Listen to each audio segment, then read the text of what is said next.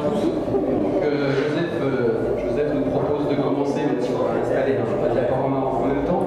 Joseph aime bien être toujours à l'heure, comme il m'a dit, donc on va commencer cette conférence. Donc je me présente, donc Jean-Sébastien Lebas, c'est un honneur pour moi d'avoir des personnalités qui travaillent et qui s'investissent à Besançon pour travailler donc, sur ce sujet du Front populaire et puis pour le remettre en perspective par rapport à notre époque. Alors, plus que des camarades, Julien et Joseph sont agrégés d'histoire. Ils vont nous donner donc, leur vision du Front populaire. Et Joseph m'a demandé une présentation de 2 minutes. Alors, il ne m'en voudra pas, quand il prend le micro 2 minutes, il en prend un peu plus que 4. Donc, je n'irai pas plus loin que les 4 minutes, Joseph. Mais pour toi qui n'apprécie pas véritablement Internet et Facebook, je remercie donc Monsieur Béliard qui est là-bas, qui a installé donc, une petite vidéo pour filmer Joseph, pour prendre 2-3 photos, et Joseph c'est le Joseph New Technology, qui sera sur Internet et sur Dailymotion pour ceux qui voudraient revoir donc, la soirée de ce soir. Donc alors Joseph, je ne dirai pas ce soir tout simplement, je ne présente pas Joseph Pinard, car pour les nouvelles générations, et puis pour ceux et celles qui sont de sa génération, je tiens à rappeler le parcours de Joseph. Et toujours dans le droit fil d'Internet, donc je reprends ce qui est marqué sur Wikipédia, Joseph, puisque tu es sur Internet dans Wikipédia. Donc après des études à l'école normale... Je fais exprès, Joseph. Après des études à l'école normale supérieure de Saint-Cloud, il a agrégé d'histoire, professeur d'école normale de Besançon de 59 à 64. Il est ensuite directeur d'études au Centre de formation des professeurs de collège de l'Académie de Besançon, l'IBFEB. Issu des mouvements d'action catholique, il est membre de syndicats de salariés françaises, GEN, CFDT et du PS. Il est élu conseiller général du canton de Besançon Nord-Est de 1973 à 2001.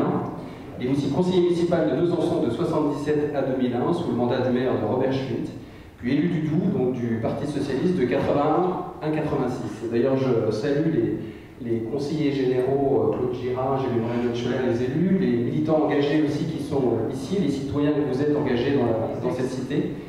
Il termine sa carrière au lycée Victor Hugo de Besançon, et également l'auteur de 8 ouvrages en lien avec notre Franche-Comté.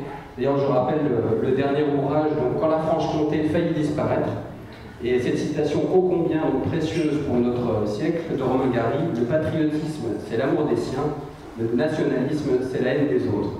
Alors merci pour ce beau parcours, Joseph. Et ce soir, tu nous fais l'énorme plaisir d'être en compagnie de Julien, notre camarade Julien Agalis, également agrégé d'histoire, doctorant, donc qui n'a encore pas 80 ans de palmarès devant lui, puisqu'on parle des 80 ans du Front populaire. Ça viendra. Mais c'est aussi les 80 ans de Joseph Pinard, pas aujourd'hui, mais cette année en tout cas.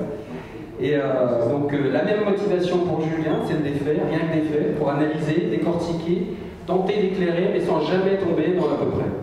Donc sa thèse de doctorat, qui s'appelle La Grande Révolte de Besançon, Cité impériale, 1450-1451.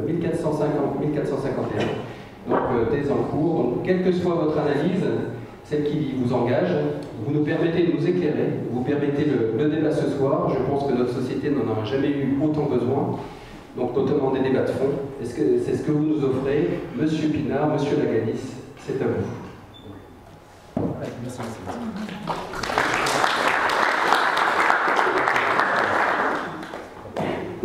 Bien, mesdames et messieurs, bonsoir. Comme vous l'avez compris, nous sommes ici pour évoquer le grand événement de l'année 1936 que vous connaissez tous. Il s'agit bien sûr de la naissance de Joseph Pinard, qui a fait la joie et l'honneur de m'accompagner ce soir. Mais quand on sait que Joseph est né... Je suis né le jour où le journal officiel publiait la convocation aux élections du Front populaire, le 7 avril 1936.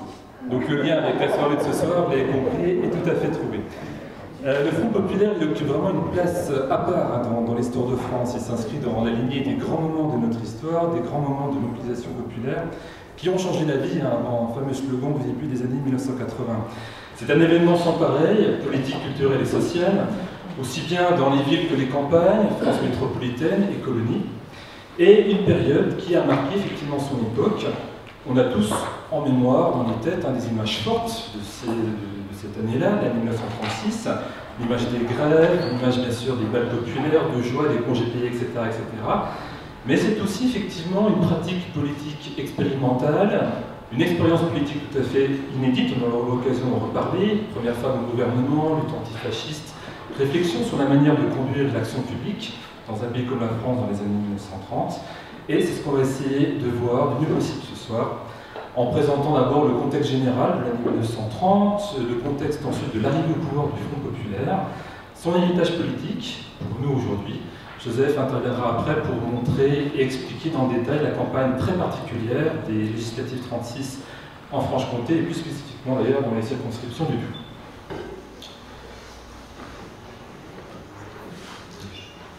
Alors, quelques images vont venir illustrer un petit peu notre propos de ce soir, et notamment pour expliquer effectivement le commencement et l'origine du Front populaire. Il y a d'abord effectivement l'extraordinaire crise de 1929 qui s'est répercutée pendant toutes les années 1930.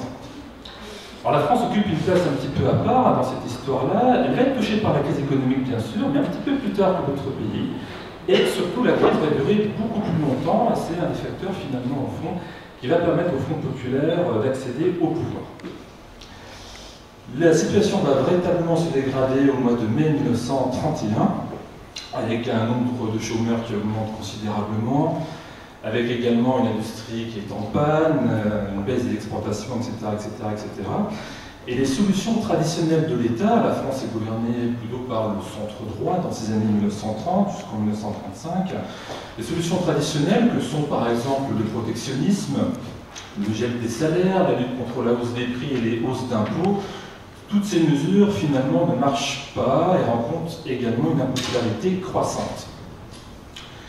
Et parce que cette crise économique justement va durer, elle va amener bien entendu une crise sociale, soit des chômeurs, il va y avoir des marches également des chômeurs en France dans les années 1930, problème également pour se nourrir, crise sociale qui va déboucher également sur une crise politique qui va mettre également en branle le régime républicain qui pourtant paraît solidement installé en France à cette époque-là.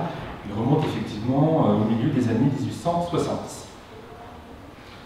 Alors, crise politique qui va être marquée effectivement par des scènes d'une extraordinaire violence dans les années 1930. On a du mal à imaginer cela aujourd'hui. On va avoir un président de la République assassiné, Paul Doumer, en mai 1932, un roi de Yougoslavie, de passage en France à Marseille, également assassiné quelques mois plus tard, sans oublier bien sûr la fameuse journée du 6 février 1934, où en plein cœur de Paris, on va avoir une quinzaine de morts, plus de 2000 blessés, ce qui est une chose absolument extraordinaire en période de paix, en période où la France n'est pas en guerre.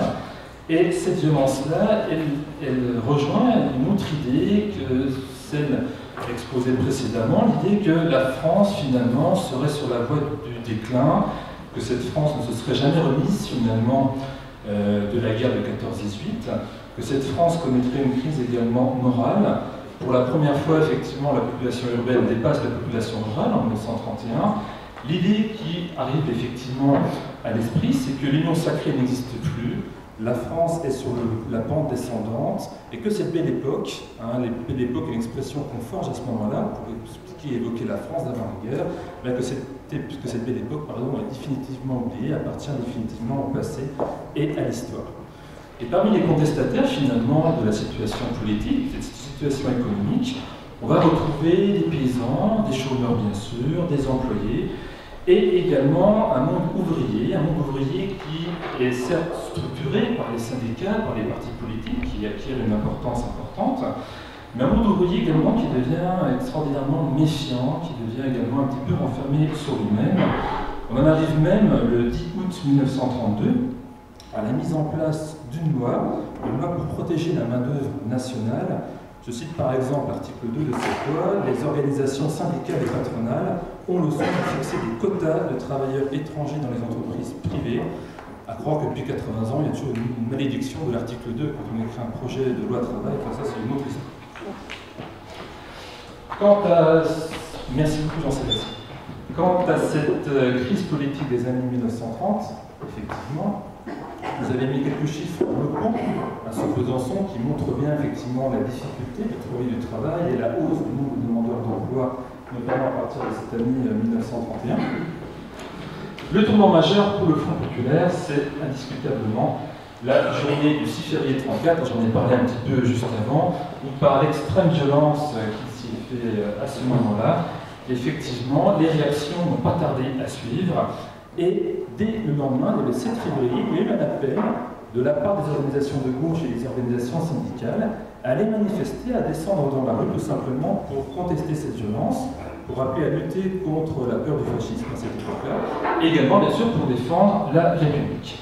Une historienne qui a travaillé sur la question a souligné que justement, à partir de 1934 jusqu'au mois d'octobre 1936, on va avoir 1063 manifestations ou attroupements en France, soit quasiment un par jour, avec parfois des moments très très forts, comme la manifestation, vous l'avez ici à l'écran, du 14 juillet 1935, jour de la fête nationale, où plus de 500 000 personnes sont réunies uniquement à Paris.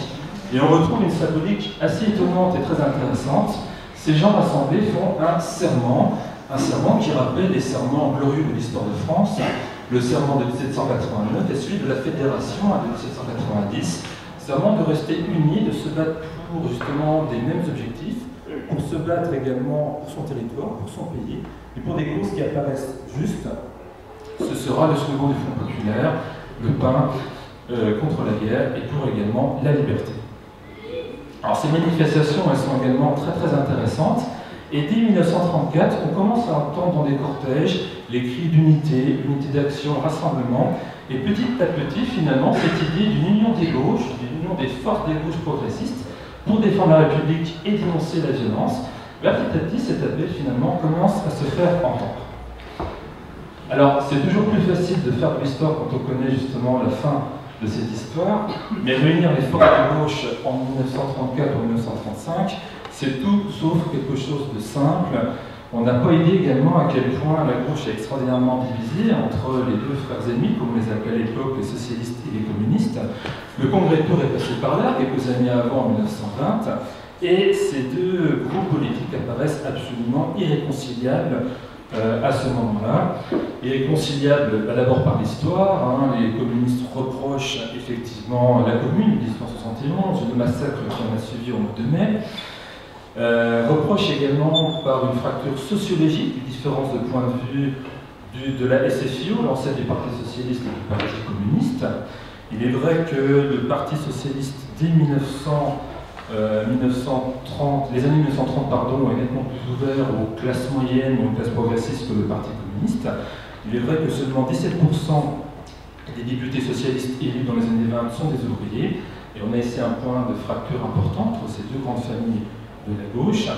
Et puis également, plus proche de cette période-là, la fracture de la guerre de 1914-1918, où justement le Parti communiste a longtemps reproché la participation des socialistes, non seulement à l'Union sacrée de 1914, mais également au gouvernement, où on avait un socialiste qui s'appelait Thomas, qui a été ministre de l'Armement et des Munitions, qui a effectué un travail remarquable avant justement de continuer à se battre pour les ouvriers à l'Organisation internationale du travail. Mais ce crime commence justement, ce crime entre guillemets bien sûr, est nettement reproché par les communistes, qui, pour parler de la SFIO, commencent à utiliser une rhétorique, un vocabulaire qu'on retrouve encore aujourd'hui, 80 ans après, de sociotraite, de vendus, de complices du capitaliste, etc. Donc c'est intéressant de voir effectivement les rapprochements qu'on peut faire par rapport à ces périodes.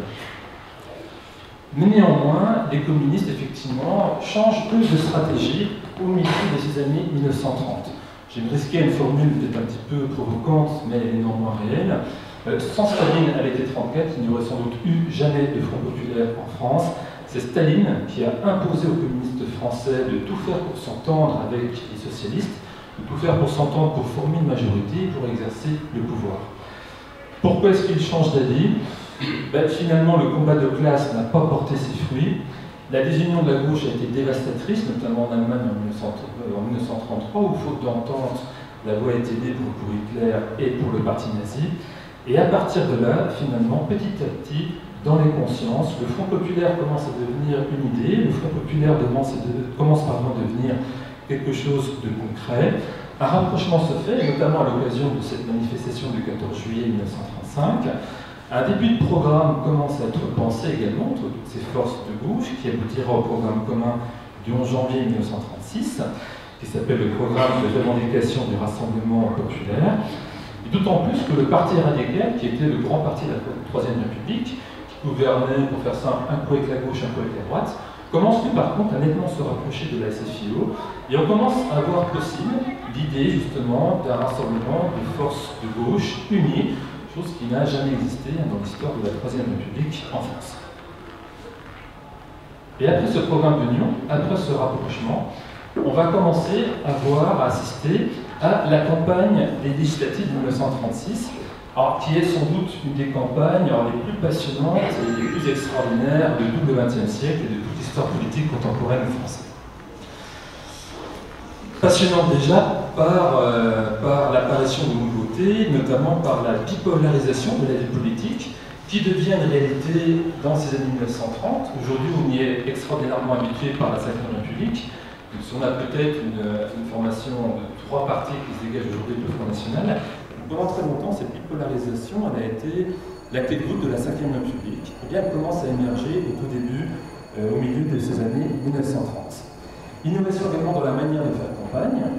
Les postes de radio deviennent un outil très très efficace pour mener campagne. Il y a à peu près 5 millions de postes de radio dans la France de 1936. C'est une arme importante que vont utiliser les forces de gauche, et pas seulement. Le Parti communiste va y avoir recours assez fréquemment, et même au cinéma, notamment en commandant le célèbre film La vie est à nous de Jean Renoir, on évoque justement par la présence de cadres du Parti communiste d'une vision de l'avenir tout à fait inédite dans ces années 1930. Il y a également une modernisation de la forme du militantisme qui s'opère dans ces années 1930, et justement au cours de cette campagne de 1936, on voit apparaître les jeunesses socialistes, par exemple, plutôt elles sont relancées à l'occasion de ces législatives. On a besoin de forces vives, de petits bras entre guillemets pour porter des tracts, pour appeler à des réunions publiques, pour faire entendre la bonne parole. Le point levé ainsi que le logo de la SFIO commencent à être très très répandus, de même que les slogans, le plus célèbre étant le pain, la paix et la liberté, vous l'avez ici projeté à l'écran. Et chose également très intéressante avec cette campagne 1936, peut-être pour la première fois, eh bien, le peuple marque véritablement son entrée en politique. Alors soit en adhérant dans ces grands partis, le Parti radical, SFIO, Parti communiste, qui vont voir leur nombre d'adhérents fortement grandir après 1936, mais également par un milieu associatif et syndical qui va se rapprocher de la SFIO, pratique et une stratégie qu'on retrouve encore aujourd'hui, depuis 30 années, que ce soit par exemple l'ancêtre de la LICRA, à partir de 1928, que ce soit par exemple la Ligue des droits de l'homme, qui était un petit peu tombée en déshérence après la guerre de 14 et qui là retrouve une seconde jeunesse, entre guillemets, avec les thèmes porteurs du programme du Front populaire. Programme qui est, on verra, assez modéré finalement sur le plan économique, un programme relativement prudent. Les congés payés en font partie, par exemple, de ce programme en janvier 1936. Mais par contre, des idées fortes qui vont séduire toutes les forces du pays, que ce soit la défense de la liberté de la presse, que ce soit la lutte contre le fascisme, contre l'oppression, contre la violence publique, et l'émancipation, notamment pour le droit des femmes pour la première fois feront partie d'un gouvernement, à l'occasion du gouvernement Léon Blum de juin 1936. Les réunions publiques sont toujours effectivement très très présentes, et même la presse qui a un rôle absolument considérable pour cette campagne législative de 1936. La presse qui est une arme redoutable, puisqu'elle bénéficie depuis 50 ans de lois qui les protègent, les lois de liberté de la presse par exemple de 1881. L'école de Jules Ferry est passée par là également, tous les Français, les jeunes Français savent lire et écrire, donc plutôt adultes ou plus jeunes peuvent se tourner vers elle. Et elle a effectivement un rôle central, capital, que ce soit par ses tirages, par ses abonnements, par ses ventes, qui ne feraient pas lire les journalistes d'aujourd'hui. Mais c'est vraiment un média très très fort et très très présent dans la société française. Très présent, mais on n'a pas idée effectivement de l'extraordinaire violence qui a été celle de la presse des années 1930, qui n'hésite pas à avoir recours à la haine, aux insultes, à la calomnie.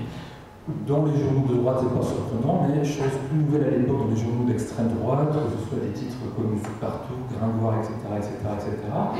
Même la presse locale, pourtant relativement modérée, titre par exemple L'Éclair Comtois, qui garde un style, on va dire, plutôt courtois, cordial, républicain, n'hésite pas, vous voyez ici, à parler d'escroquerie du Front populaire en ces années 1930, ou de parler plus tard, d'évoquer le Front populaire en 1936 également, de racaille du Front populaire, sans oublier leur titre du 20 avril 1936, « Voter à gauche, c'est voter la guerre ».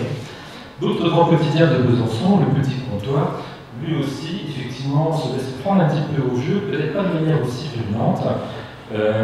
Petit complot qui, par exemple, dès le 30 septembre 1936, dit que l'expérience Blum a échoué. Donc nous, on restera encore 6 mois au gouvernement, mais on voit déjà effectivement une presse d'opinion très remontée, très virulente, qui foisonne, et Joseph en parlera mieux plus en détail tout à l'heure dans le cadre très précis de la campagne franc-comtoise de 1936. En dépit effectivement de ces handicaps, en dépit de ce contexte très marqué, il faut savoir par exemple que Léon Blum lui-même a été blessé assez fortement au cours de la campagne, le 12 avril 1936. Vous avez ici un extrait de Populaire, le journal de la SFIE, qui rappelle cet événement. On voit à quel point effectivement la campagne n'épargnait personne à ce moment-là. Je n'évoquerai pas non plus bien sûr les origines de la famille de Léon Blum qui ont été souillées par cette même presse. Dès le 4 mai, Xavier Vallat dit que pour la première fois notre vieux pays va être dirigé par un juif. Et bien sûr la campagne de presse honteuse contre le ministre Salambro, futur ministre Salambro, accusé d'avoir déserté au cours de la guerre de 14-18, alors que bien entendu il a non seulement effectué son devoir, mais était un ministre d'une très grande efficacité, presque le plus qui l'a poussé à se suicider à la toute fin de l'année 1936. Donc en dépit de cette très forte violence, le Front populaire réussit néanmoins à arriver en tête à la fin du premier tour, le 26 avril 1936. Premier tour marqué par une participation très forte, on est à plus de 84% de votants pour des législatifs. C'est un chiffre qui n'a été qu'approché en 1958. Une gauche qui sensiblement progresse par rapport à la dernière consultation de 1932. J'ai simplement mis ici quelques chiffres pour avoir une petite idée. Mais pour autant, ce n'était pas une voie royale vers le pouvoir, puisque sur les 590 sièges qui étaient à pourvoir, il y en a quand même 424 qui sont en ballottage. Seuls 174 députés sont élus au premier tour. La droite, sous toutes ses formes, effectue une résistance qui a peut-être été sous-estimée d'ailleurs par l'état-major des forces de gauche. Mais la gauche avait pris un petit peu le coup, par notamment le fait qu'il y avait des consignes justement des autres candidats au profit du candidat de gauche le mieux placé à la tête du premier tour. Certes, dans une soixantaine de circonscriptions, ce réflexe n'a pas été suivi, et c'est un mauvais réflexe que la gauche peut garder encore à une date extrêmement récente. Mais malgré tout, effectivement, la gauche remporte le second tour des élections législatives le 3 mai, et Léon Blum est en mesure de constituer son gouvernement un mois plus tard, le 4 juin. Un gouvernement qui ne comprend pas de communistes, qui préfère continuer à soutenir l'action du gouvernement, mais en restant à l'égard de ce dernier. Gouvernement qui fait également la part belle aux origines de ses ministres. Léon Blum veille à ce qu'il y ait une égalité entre la provenance des ministres, provenance aussi bien géographique que par une provenance sociologique, la profession exercée. Et puis on avait dit, une place qui est faite aux femmes, puisque 3 d'entre elles deviennent secrétaires d'État, Suzanne Lacorre, Cécile Brunzic et Irène Joliot-Curie, notamment à la recherche scientifique. Et en même temps, ce qui est intéressant avec le Front populaire, c'est que derrière ces innovations un petit peu de fond, ces années Blum, ces années Front populaire sont marquées également par un nouveau style. Un nouveau style dans la manière de gouverner, un nouveau style également dans la manière de diriger la France. Léon Blum, par exemple, par le recours à la loi cadre, va accélérer le calendrier parlementaire.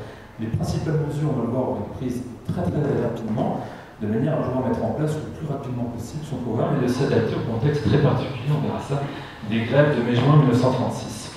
Léon Blum est un président du Conseil, c'est le titre qu'on donne au Premier ministre, c'est l'équivalent du Premier ministre de l'État. Un Premier ministre qui n'a pas de portefeuille ministériel. Aujourd'hui, pour nous, c'est banal. À l'époque, c'est quelque chose de révolutionnaire. On cumulait aisément président du Conseil, les ministres d'État, essentiellement ministre de l'Intérieur, ministre de l'Économie, ou ministre éventuellement des Affaires étrangères. Léon Blum joue également un rôle très interventionniste de l'État, et ça, c'est également une rupture par rapport aux pratiques gouvernementales précédentes, clairement sur le modèle du New Deal américain. Roosevelt est élu président en 1932 et va inspirer de nombreux gouvernements, notamment en Europe, au cours des années 1930. Léon Blum également regarde en direction du monde colonial, et là c'est le résultat des recherches les plus récentes menées par des historiens de renom aujourd'hui. Le mouvement veut littéralement intégrer et associer les populations coloniales de l'immense empire français à l'action gouvernementale et aux prises de décision. On a par exemple des projets de loi qui sont très modernes pour cette époque. On envisage de donner l'indépendance au Liban et à la Syrie, par exemple. La France avait reçu des mandats sur ces deux États à la fin de la guerre de 14, mandat de les gérer, tout simplement, pour éviter qu'ils retournent sous les serpents d'autres puissances. Et même un projet encore plus ambitieux de donner la citoyenneté française pour une minorité d'Algériens. C'est le projet Blum direct également de 1936. Il ne se fera pas également, mais on voit ici l'extraordinaire modernité de ce gouvernement qui avait compris effectivement qu'il était nécessaire, qu'il était urgent de réformer certaines choses, certains aspects de la vie politique en France.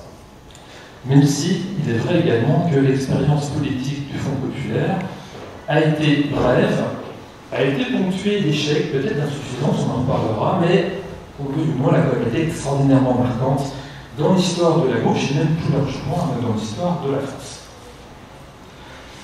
Alors, ce qui n'était pas prévu, c'est que des grèves ont éclaté, des grèves de très très grande ampleur ont éclaté dès le mois de mai 1936 et le 11 mai 1936, même pour être un petit peu plus précis. Alors, les historiens sont toujours très partagés sur l'origine de ces grèves. Est-ce qu'il s'agit vraiment de conflits antérieurs à l'accession du Front populaire au gouvernement? Est-ce que ce sont des ouvriers plutôt syndicalisés, apparentés au PC qui ont voulu profiter, entre guillemets, de cette alternance de 1936 du Front populaire pour pouvoir aboutir de vieilles revendications? Est-ce qu'il s'agit simplement d'un opportunisme?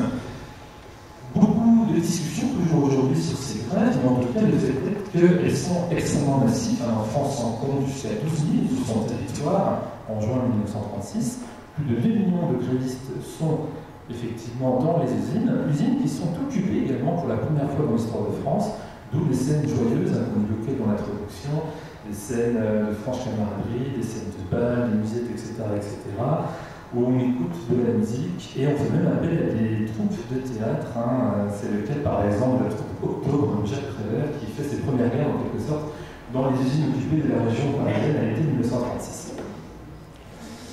Grande première de cette occupation, et le Parti communiste justement va essayer, alors ça peut sembler étonnant aujourd'hui avec la CGT, de mettre fin justement à cette grève, d'où la célèbre expression de Maurice Thorez le 11 juin. Il faut savoir arrêter une grève, il faut aussi savoir citer un terme, un mot historique jusqu'au bout. C'est toujours le même problème. On pense à la formule de Michel Rocard, 50 ans après par exemple, en son temps. Il faut savoir arrêter une grève dès que satisfaction a été obtenue. Les satisfactions ont été obtenues effectivement dans la mesure où les accords de Matignon ont été signés le 7 juin.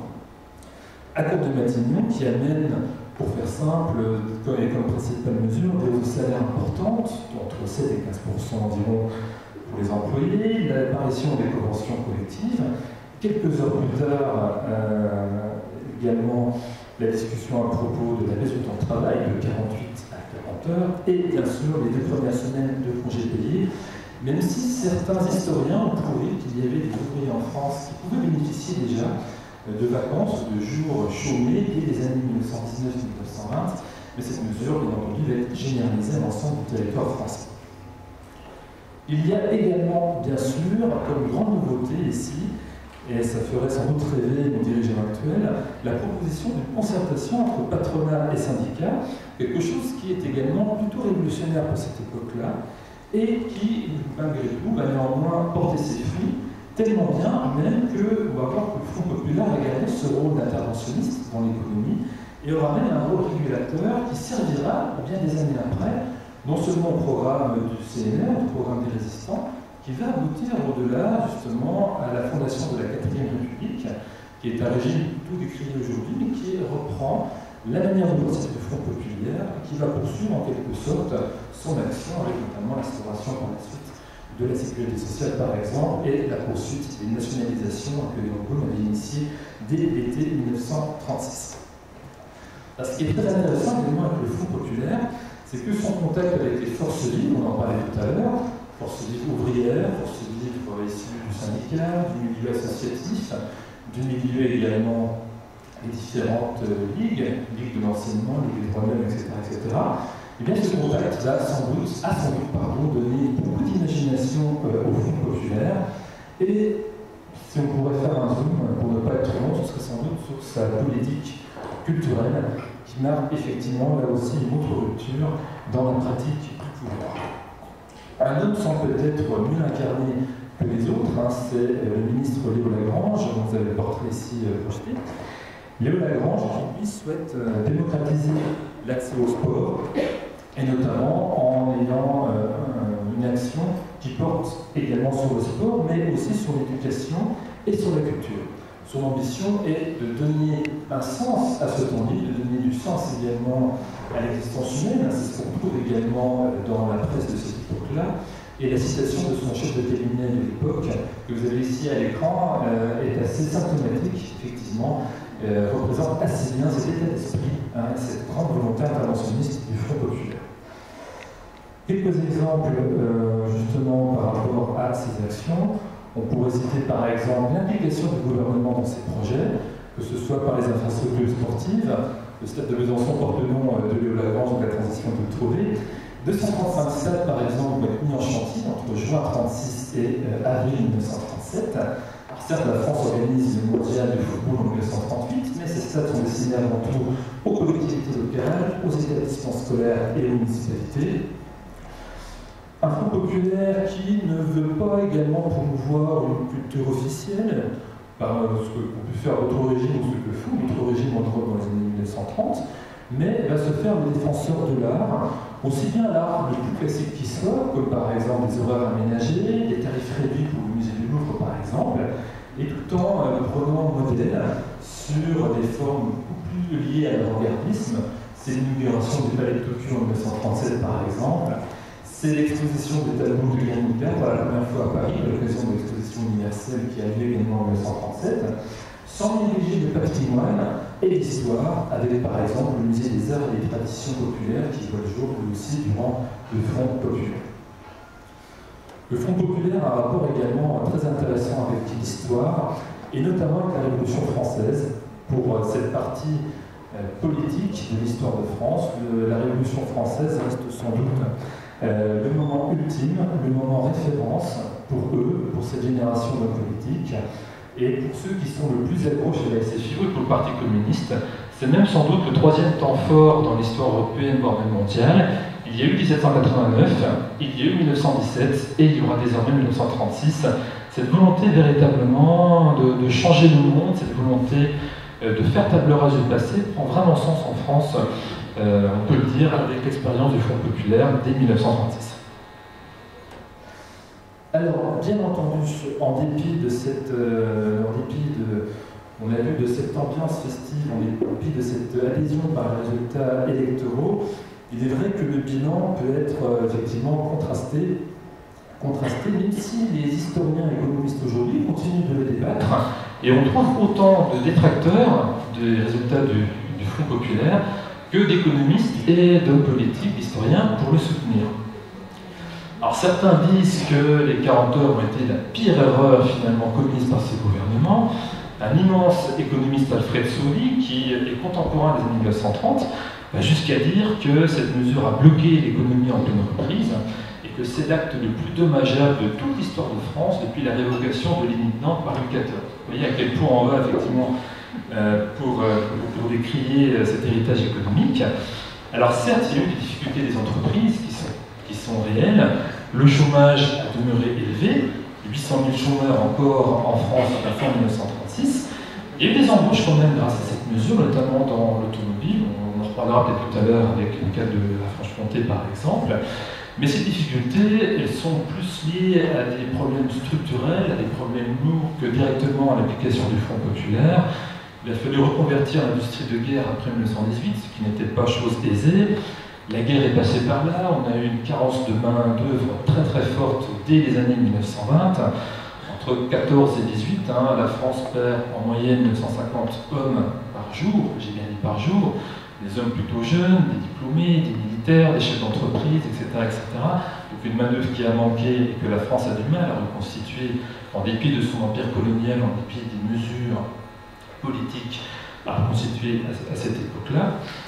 et puis également des syndicats qui demeurent partagés sur la stratégie et notamment sur le soutien au Front populaire.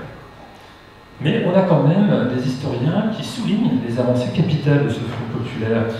Je ne vais pas tous vous les citer, certains ne sont pas très connus, mais Pierre Vilat par exemple souligne les gains de productivité très forts dans la France à ce moment-là, qui lui permet de rattraper des États, notamment les États-Unis ou l'Allemagne.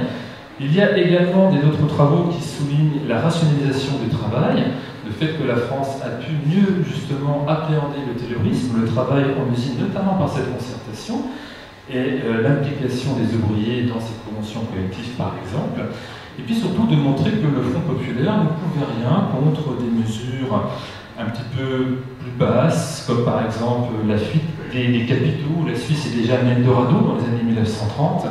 Rien que pour l'année 1937, on estime que 8 milliards de francs suisses déposés dans les banques proviennent uniquement de la France. Le secret bancaire vient d'être adopté en Suisse en 1934, et c'est autant d'argent qui ne vont pas pour les entreprises, qui ne sont pas investis, qui ne sont pas répercutés directement dans l'économie de ces années de Front populaire. Et ce qui fait que pour le Front populaire, effectivement, cette question sensible de l'héritage, elle va être posée très vite, elle va être posée très rapidement, après l'éviction de Léon Blum, de son deuxième passage comme président du Conseil. Dès 1940, en fait, dès la défaite de juin 40, l'esprit du Front populaire est à l'ordre du jour. Pétain le dit d'ailleurs dès le 20 juillet 1940, l'esprit de jouissance l'a emporté sur l'esprit de sacrifice. Ce sont des attaques qu'on retrouvera tout au long de la guerre, par des collaborateurs, mais pas seulement, à l'encontre du Front populaire, et notamment au procès de Rio en 1942, qui vise à juger Léon Blum et les principaux dirigeants du Front populaire.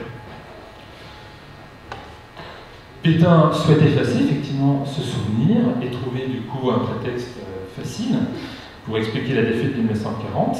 Les résistants, eux, par contre, vont reprendre des parties de ce Front populaire, et notamment cette lutte contre le fascisme, qui va servir en quelque sorte de moteur, effectivement, pour remobiliser cette résistance très diversifiée et très dispersée au premier temps de l'occupation et de l'été 1940.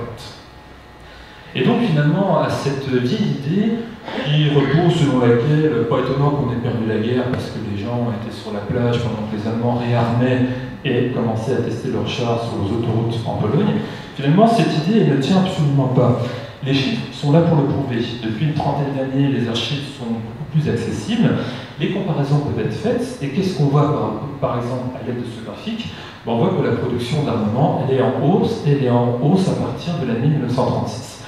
Blum et les socialistes et le Front populaire a fait nettement mieux que ses prédécesseurs de droite. L'effort national est multiplié par 4, par exemple, dès les premiers mois du Front populaire.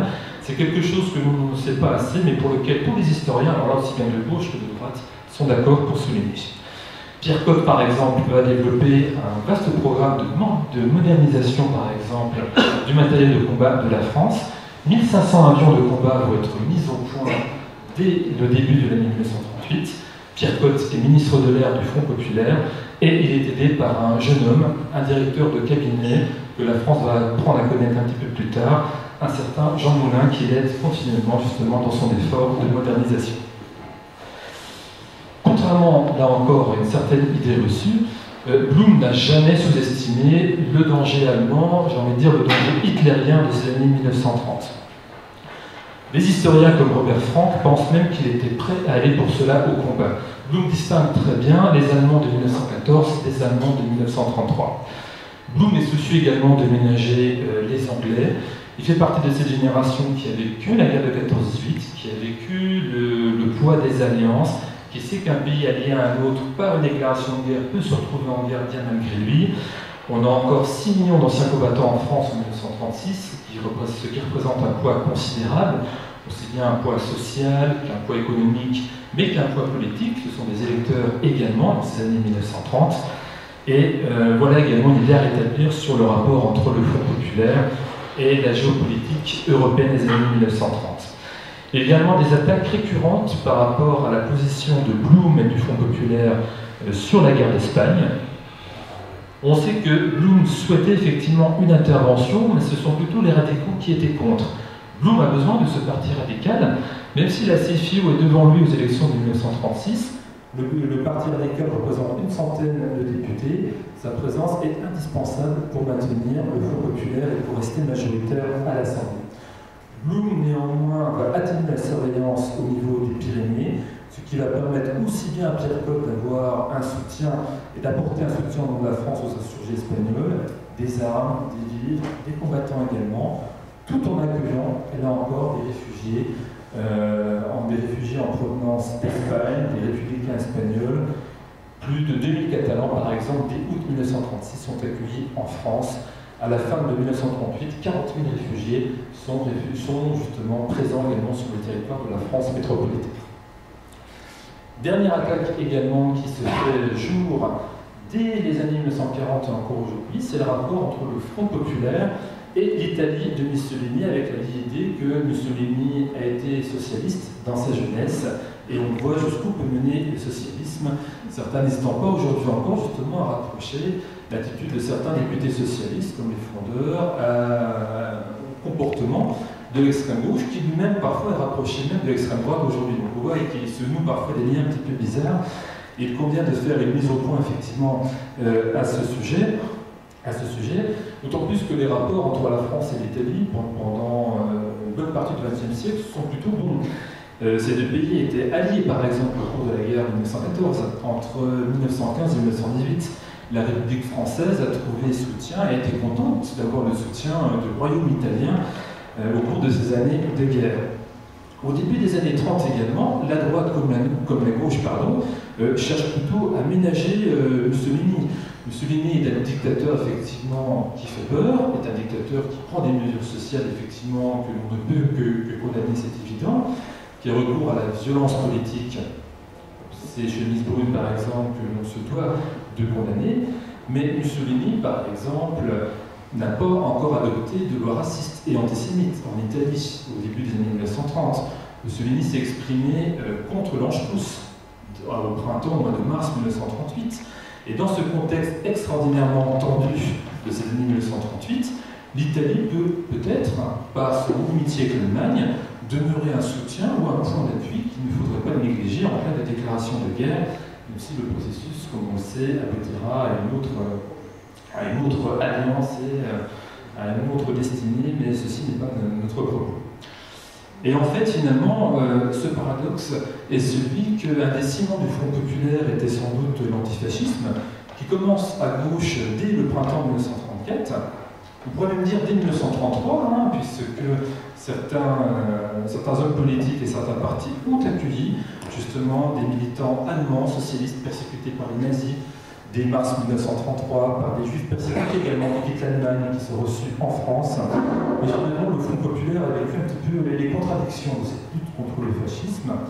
Sa politique de défense a pu heurter finalement les pacifistes, qui sont très nombreux et qui sont souvent les anciens combattants, et a pu encourager par sa mauvaise intervention ses propres composantes de la gauche, voire même ses adversaires. Et enfin, l'absence peut-être des classes moyennes dans le jeu politique, on l'a vu un petit peu à l'occasion de ces grandes grèves, a pu amener finalement un petit peu plus de méfiance autour de ce Front populaire. Donc au final, pour terminer, juste 4 points assez brefs, et ensuite je laisserai avec grand plaisir Joseph Pinard poursuivre notre réflexion. En fait, on voit que cette légende noire ne tient absolument pas. Le Front populaire, ce n'est pas simplement que 2 cases à remplir, une partie réussite et une partie échec.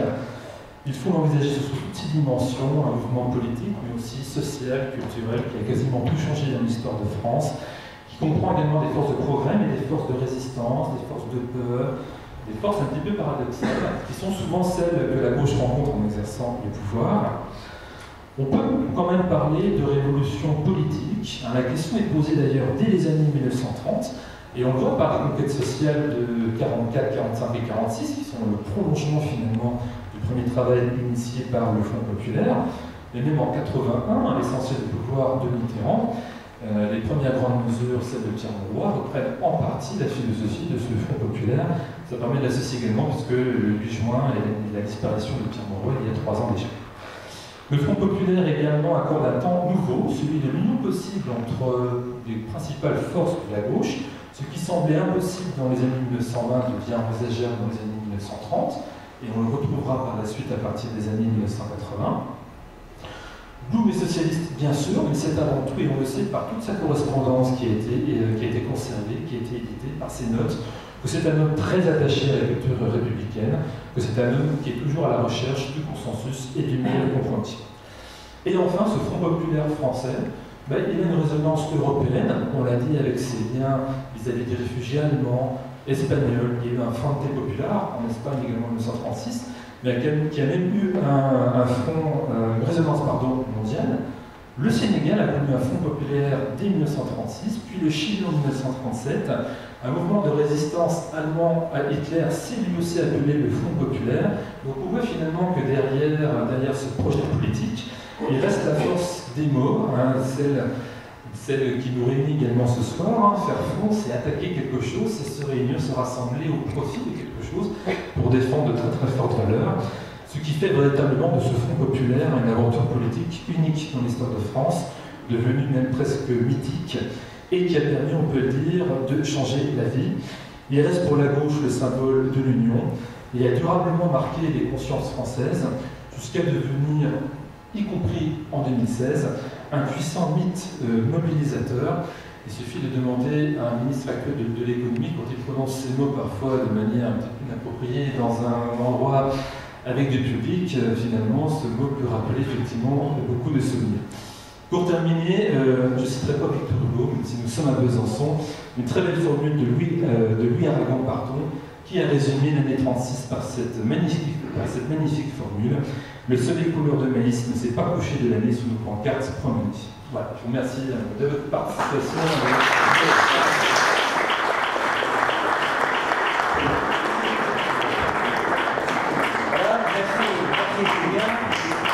Après ça, moi, je n'ai pas le bon rôle, je vais être le rabat-joie, parce que le Front populaire, dans le Doubs, c'est la plus grande défaite que la gauche ait connue.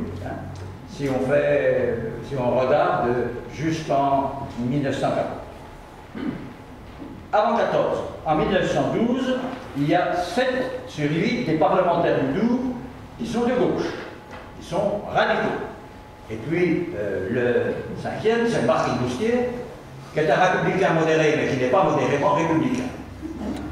Début 1936, il n'y a plus que 2 parlementaires sur 8. Et après les législatives de 1936, il ne reste plus rien. Au niveau du Conseil général, en 1920, des 27, et même 27 cantons à l'époque, ont des conseillers généraux de gauche. En 1936, il en reste 8. Et l'année suivante, ils ne seront plus que 7, parce que celui d'Ornans, dont je dirai un mot, qui a été pour le Front populaire, a été balayé. Alors, qu'est-ce qui s'est passé? Alors, je vais faire très rapidement le tour des circonscriptions. Je commence par Besançon-Campagne. À l'époque, il y avait une circonscription Besançon-Ville, plus les communes de Besançon-Sud, autrefois le plateau, et une de Besançon-Campagne. Et là, c'est le député sortant de droite qui a été élu haut la main au premier tour contre un radical qui est le maire d'Ornans, conseiller général d'Ornans, celui qui sera battu l'année d'après, le docteur Vernier. D'ailleurs, la campagne est parfois pittoresque. Le docteur Vernier était un excellent vétérinaire et la droite a fait campagne en disant aux paysans, votez pas pour lui, il pourra plus soigner vos bêtes.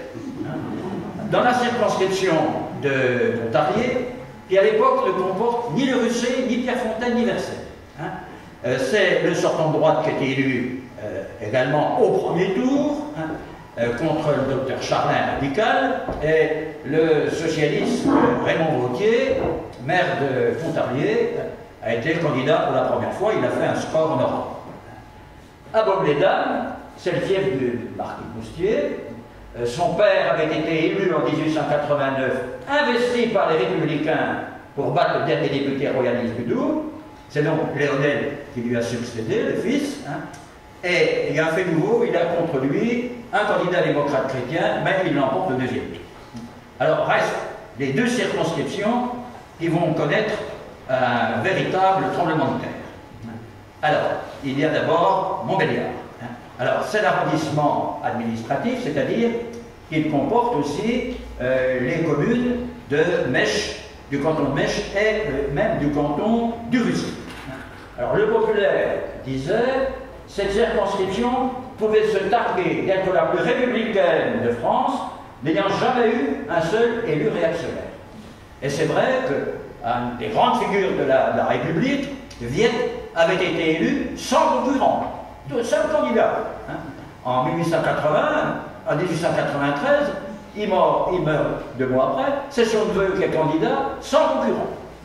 Donc c'était vraiment une circonscription, paraît-il, en or. Mais la facilité du succès peut conduire à déchaîner les ambitions, et en 1928, ce sont 3 candidats radicaux qui s'opposent au premier tour.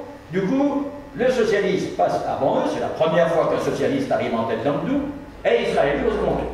Ce socialiste, c'est Reuchlin, qui était avocat, et qui restera dans l'histoire comme celui qui a le premier évoqué par un article de presse la fameuse affaire Berceau, celle du soldat fusillé pour avoir refusé de porter un pantalon simple, que j'ai évoqué dans un livre Rebelle et révolté. Et Reuchlin est donc élu, et chez les radicaux, il ne s'était pas simplement agi d'un choc d'ambition. Il y avait déjà une grande division entre ceux qui étaient partisans de l'union des gauches et ceux qui s'épouvantaient de la montée des socialistes. Et tant bien que mal, nécessité faisant loi, la gauche arrivait à s'unir pour faire barrage à la droite. Alors ça a été le cas en 1924, parce que là, en 1924, il y a une loi électorale, c'est un scrutin départemental avec une très grosse prime à la liste qui arrive en tête. Alors, de 2 choses l'une, où les gauches s'unissent, elles ont peut-être des chances, ou elles se divisent, elles sont battues à plate couture. Alors, elles décident de s'unir, mais d'une façon, alors qui nous paraîtra absolument ubuesque. J'ai là la profession de foi qui est envoyée à tous les candidats du cartel des gauches. Et vous avez au verso les programmes des 2 partis, Parti radical et Parti socialiste. Qu'est-ce qu'il y a dans le parti que reçoivent tous les électeurs? Parti radical, respect de la propriété privée, rapport harmonieux entre le capital et le travail. Vous avez en dessous le programme socialiste. Nous sommes un parti de classe, nous voulons poursuivre la transformation du régime capitaliste en régime collectiviste. Nous ne sommes pas un organisme de réforme. Les réformes qu'elle exige de la bourgeoisie ne sont qu'un moyen de préparation révolutionnaire. C'est la contradiction intégrale. Ils ont gagné. Ils ont gagné. Ils ont eu 3 sièges sur 4. Alors, il n'y en a qu'un qui n'a pas été élu à gauche. C'est un socialiste, Roméis, une très belle figure. Mais il y avait le panachage. Alors, les électeurs radicaux les plus modérés l'ont banané, l'ont panaché. Alors, voilà. Là, c'est le début de cette coupure entre radicaux de gauche et radicaux de droite, qui est une coupure qui existe toujours. Alors, élu en 28, Reuchlin est facilement réélu en 32, même si le Parti communiste, en pleine bolchevisation, ne se désiste pas au second tour. Il reste candidat au second tour. Et arrive la préparation de 36. Alors, les radicaux du pays de Montbéliard n'avaient pas digéré leur échec, ce d'autant plus que les socialistes grignotaient leur position, prenaient la mairie de Montbéliard, avec 2 cantons à l'époque, Audincourt et Montbéliard, prennent les 2 cantons d'Audincourt et de Montbéliard, et c'est à ce moment-là que arrive un moment capital dans l'histoire de la gauche. Celle-ci avait été longtemps cimentée par l'anticléricalisme, la défense d'une république menacée. Mais l'Église évoluait et la droite du Doubs était républicaine. Alors, chez nombre de radicaux, l'ennemi prioritaire, ce n'est plus la droite cléricale. L'ennemi prioritaire, ce sont les collectivistes. Là, il y a un basculement qui aura des conséquences électorales. Et cette mutation concerne beaucoup les notables du pays de Montbéliard, où les cadres du Parti radical, ce sont les patrons protestants, ce sont les Peugeot. Les Peugeot sont radicaux. Il y a trois conseillers généraux, Riboncourt, Audincourt pendant longtemps Montbéliard, qui sont des Peugeot. J'appuie immédiatement à droite, même très à droite. Bon. Enfin, la plupart des industriels étaient radicaux. Et alors, les radicaux se tournent du côté de la droite, qui se savaient battus systématiquement aux élections, et une alliance se fait entre les radicaux et la droite autour du nom d'un candidat, un homme neuf. C'est François Peugeot, 35 ans, sorti de HEC, patron compétent, à la tête des cycles Peugeot, grosse entreprise à l'époque. Il a su, et ça c'est capital, surmonter la crise des années 30. Il est sportif, il est un des grands supporters du football club Sochaux. Par les jours qui viennent, vous voyez quelle est l'importance, l'impact que peut avoir le foot. Il est maire des Rimoncourt, il dispose de fortune, il dispose d'un journal, l'hebdomadaire du Pays de Montbéliard, et il se présente comme radical indépendant, et il a un argument massu, il a maintenu l'emploi. Avec la crise que Julien a évoquée. Alors, une affiche est diffusée largement, placardée partout, parce que alors il fait une campagne en américaine. Bon. D'ailleurs, il est allé aux États-Unis. Contraindre, non. Reconnaissance et souci du lendemain, oui. Pourquoi en masse les ouvriers de Peugeot voteront-ils pour François? On l'appelle Monsieur François. Parce qu'ils ont peur, prétendent les socialistes. Non, tout simplement parce qu'ils ont le sentiment de la reconnaissance pour ceux qui leur ont assuré hier et qui leur conserveront demain leur gagne-pain. Qu'on se rappelle seulement que Peugeot fait vivre, rien que dans l'arrondissement, plus de 16 000 ouvriers, que chaque année il paie comme salaire plus de 200 millions, et ceci dans la période de chômage et de crise que nous traversons. Alors, il y a bien des localités qui, à prix d'or, cherchent à attirer chez elles l'industrie et la prospérité. Ouvriers des Fantômes-Pins, signé un groupe d'ouvriers, en réalité, c'est la maison Peugeot qui a fait faire cette affiche. Alors, il est extrêmement habile. Par exemple, son journal électoral comporte des offres d'emploi. Alors ça marche. Alors, dans ce contexte-là, le résultat, c'est un triomphe dès le premier tour. 86,6% de votants. À l'époque, on ne s'excusait pas de s'abstenir, parce que maintenant, ce que les médias mettent en avant, c'est l'abstentionniste. Alors l'abstentionniste, c'est le grand citoyen. Alors, il récolte 51,5% des inscrits, et plus de 60% des votants. Et alors, bien sûr, voilà qui provoque, c'est un vrai tremblement de terre. C'est un vrai tremblement de terre. Alors, le populaire de Paris, au lendemain du premier tour, alors que tout le monde attend la victoire de la gauche, c'est vraiment une tâche vraiment très noire, évoque ce qui s'est passé dans le pays Montbéliard, la formidable pression patronale, les ouvriers par ordre assistaient aux réunions, sous l'œil de la garde Schurm, les orateurs socialistes étaient l'objet d'une obstruction systématique, allant des sifflets aux injures, et le scrutin a lieu dans une atmosphère lourde de terreur, jusqu'à l'isoloir, les ouvriers sentaient la surveillance des mouchards patentés. Brooklyn fut écrasé. Donc voilà ce qui s'est passé à Montbéliard. Une petite précision. On oublie que cette circonscription comportait les cantons de Mèche et du Russey. Alors là, si je prends le canton du Russey, le candidat Peugeot, il y a plus de 90% de votants. Et le candidat Peugeot fait 92%. 1178 voix, 125 pour le socialiste, 3 pour le communiste. Voilà le résultat du canton du Russey. Et vous avez 4 communes, le Bizot, Chamézé, Mémont et Narlier, où le Peugeot a toutes les voix. Mais là, j'ouvre une petite parenthèse, parce que c'est bien connu, je déteste les sociologues hors sol, et on oublie une chose.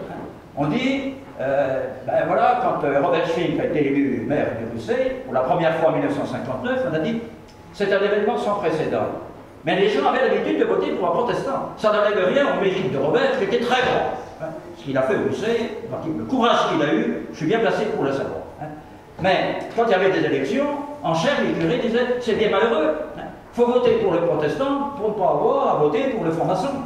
Donc il y avait une habitude de voter. Hein. Ben oui, c'est comme ça. Il faut regarder les choses d'une manière un petit peu terre à terre par rapport à ceux qui jargonnent le Bourdieu dans des colonnes hors sol des médias parisiens. L'échec, l'onde de choc allait naturellement déstabiliser la gauche à Besançon, qui était un bastion radical. Je rappelle que le député Vauquier, hein, qui était radical, plus qu'anticlérical, puisqu'il voulait une république athée, hein, a été élu à Besançon 8 fois de suite, de 1880 à 1914, 6 fois au premier tour, hein, ce qui donne d'ailleurs, ce qui incite à réfléchir sur le pourquoi du choix de ce personnage. Entre parenthèses, il était par ailleurs un très grand folkloriste, il n'aurait jamais pu imaginer que son successeur serait l'abbé Garderet. Bon, alors ça c'est une autre affaire. Et alors, la droite ne croyait pas à ses chances, elle a toujours été battue, elle a accepté de soutenir un candidat qui s'était autoproclamé et qui était le docteur Dietrich. Alors, fils d'instituteur, il y a pas mal de fils devenus médecins. Si on faisait, alors là, tiens, voilà une bonne sociologie. Le nombre de médecins, fils d'instituteurs qui sont passés à droite. Hein. Ça, il y aurait un très beau sujet là-dessus, enfin, c'est autre chose. Hein. Et alors, il est mutilé de cœur, hein. Il a été l'un des pionniers des rayons X, il a eu de ce fait des brûlures, hein. Il s'est rendu célèbre en envoyant au fisc, dans un bocal, le médium et l'annulaire gauche qu'il avait perdu. Hein. Alors, c'est un activiste, hein. Et alors, sa profession de foi, alors il faut voir le contenu. Hein. Voilà ce qu'il dit. Hein. La franc-maçonnerie est la profession de foi, hein, est la plus gigantesque entreprise montée contre l'existence même de la France. Au fond des loges, où nul indiscret ne pénètre, s'organise méthodiquement la ruine de notre pays, et pour y parvenir, la franc-maçonnerie recourt à la révolution communiste. Elle a pris en main l'enseignement public, qui n'est plus national. Elle a peuplé les écoles d'instructeurs communistes et francs-maçons, qui s'efforcent de contaminer la masse. La franc-maçonnerie, c'est l'ossature même du Parti radical socialiste. Alors le député sortant radical a gavé les militants de place, de faveurs, de décorations, de sinécures. C'est le grand parti de l'assiette au beurre, soumis humblement aux ordres combinatoires des loges. Alors, il a un petit mot pour les femmes. Hein.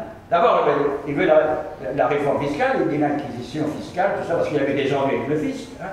Et en ce qui concerne les femmes, après avoir dénoncé l'invasion des étrangers, hein, il dit « Pendant la guerre, les femmes ont dû remplacer à l'usine les hommes partis aux tranchées.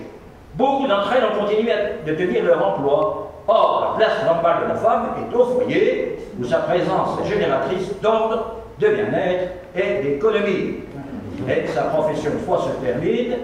Je vais offrir une superbe victoire sur les soviets et la franc-maçonnerie. Voilà ce fameux docteur Dietrich.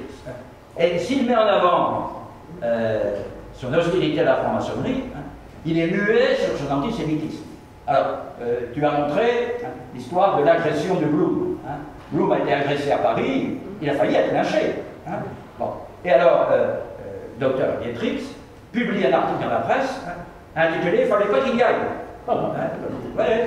Et c'est dans cet article qu'il dénonce Léon Blum hein, comme Wisitiketo, râleux, vivisectionné dès les premiers jours de sa naissance, fine allusion à la circoncision, géniard, Cornio, qui n'est pas de chez nous. Hein. Et ce qui est stupéfiant, c'est que ça n'a suscité aucune réaction, ni en février, ni quand il est candidat. Ça demanderait une sacrée réflexion. On la ferait peut-être, ou d'autres la feront peut-être, que chacun fasse son boulot. Et face à cet activiste vociférant, la gauche est en position de faiblesse. Le député sortant, Julien Durand, était un avocat réputé, un des hommes les plus écoutés au sein de la franc-maçonnerie, parce qu'il connaissait bien les réalités économiques. Un vieux radical, le père Humbert, qui était maire de Saint-Vit, qui était l'un des bras droits de Mendès, hein, et qui a été président de chambre à la Cour des comptes, m'a dit c'est Julien Durand qui a expliqué à Édouard Herriot ce qu'était la différence entre la balance commerciale et la balance des paiements. La balance commerciale, ce qui est purement matériel, marchandise, la balance des paiements, il faut ajouter les recettes du tourisme, enfin, etc. Édouard Herriot, qui était un grand littéraire, ne savait pas quelle était cette différence. Et alors, ses qualités lui avaient valu d'être ministre à plusieurs reprises, et il a été considéré, à tort, comme impliqué dans l'affaire Stanisky, ce qui permet à Julien Durand de le traiter de stanisqueux. Alors, Julien Durand n'était pas franchement pour le Front populaire. Tu as évoqué la presse. Mais enfin, là encore, quand je vois les gauchistes dire tout était possible, etc., si on fait le bilan de la presse favorable au Front populaire et de la presse hostile, dans le Doubs, 3 quotidiens, tous les 3 sont hostiles au Front populaire.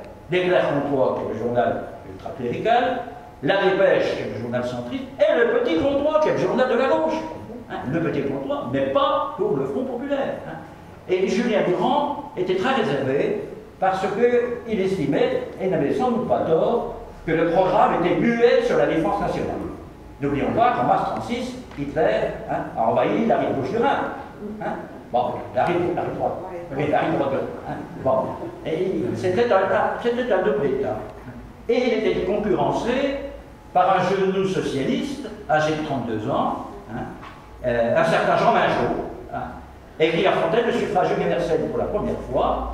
Jean Mingeot avait été gauchiste jusqu'en 1935, date à laquelle il rejoint la SFI. Gros travailleur déjà, solide avocat, des syndicats, des locataires, des petites gens. Ça venait souvent dans la bouche de Mingeot, quand on est bien dit, il faut dire des petites gens. Alors, surprise au premier tour, Dietrich, alors enfonce le radical. Il fait 5347 voix, durant la récolte de 1905, il est talonné par Mingeot, 2645, le PC est en 687. Alors, la situation est d'autant plus délicate que pour la gauche qu'arrive la nouvelle tremblementaire de Montbéliard. Et la droite, habilement, on la comprend, exploite la colère des socialistes, ulcérés d'avoir vu leur député, qui avait été le premier député socialiste qui a jamais eu dans le Doubs, balancé dès le premier tour par une alliance de la droite et des radicaux. Alors, la droite fait imprimer des affiches qu'elle balance dans toute la ville. Venger Ruclin, abattez Durand. Venger Ruclin, qui a été battu par la coalition des radicaux et de la droite, et abattez Durand, ne votez pas pour Julien Durand. Et dans ce contexte, Mingeot, sous la pression de ses camarades, se retire purement et simplement, alors que le PC applique la discipline républicaine. Alors, résultat, eh bien, avec plus de 85% de votants, Dietrich l'emporte nettement. Et l'Éclair Comtois exulte. Dietrich a purgé Besançon du vieux virus radical et maçonnique dont depuis plus de 50 ans, elle était empoisonnée. Voilà. Alors, un mot sur la façon dont Dietrich a appliqué son mandat. Ce sont des choses que j'ai évoquées dans le bouquin que j'ai fait sur, où je regroupe des chroniques de BBB. Alors, il a été, alors ça a été vraiment un drôle de bonhomme. Voilà ce qu'il dit. Attendez, je vais retrouver, non, c'est dans celui-là. Alors, il faut bien voir que dans le deuxième semestre de 1936, il y a des manifestations monstres de paysans. Il y en a plus de 2000 qui manifestent dans les chiffres, parce que tu as dit, 1931, c'est l'année où il y a plus, la France urbaine dépasse la France urbaine.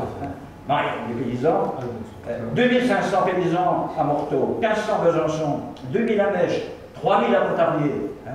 Et alors, Dietrich leur dit, à propos des 40 heures, est-ce qu'on fait les 40 heures chez les paysans? Est-ce qu'on a des vacances quand il faut traire les vaches tous les matins?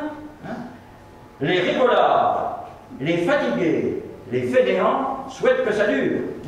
Ils bénissent un régime qui a imposé la rigourgargue et a interdit tout effort.